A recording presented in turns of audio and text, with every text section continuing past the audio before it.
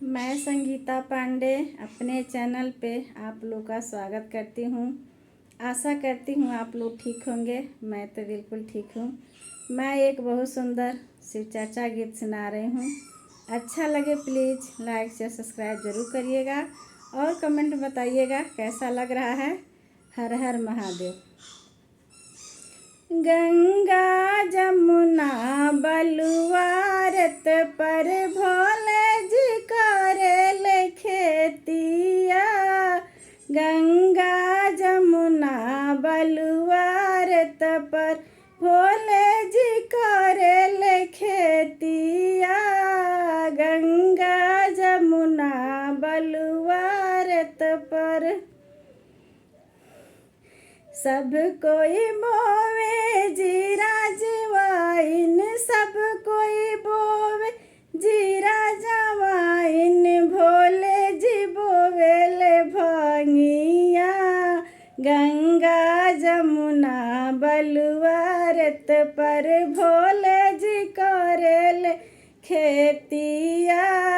गंगा जमुना बलुआरत पर भोले जी करेल खेतिया। गंगा जमुना बलुआरत पर सब केहू सींचे जीरा जवाइन, सब केहू सींचे जीरा जवाइन, भोले जी सींचेल भांगिया।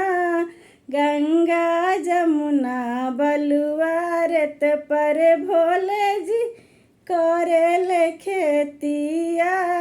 गंगा जमुना बलुआरत पर भोले जी करेल खेतिया। सब केहू काटे जीरा जवाइन, सब केहू काट जीरा जवाइन, भोले जी काटेल भांगिया।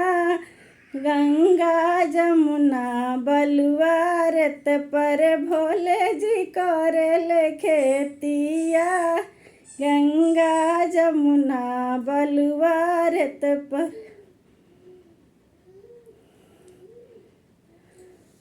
अच्छा लगे लाइक से सब्सक्राइब ज़रूर करिएगा। बताइए कैसा लग रहा है।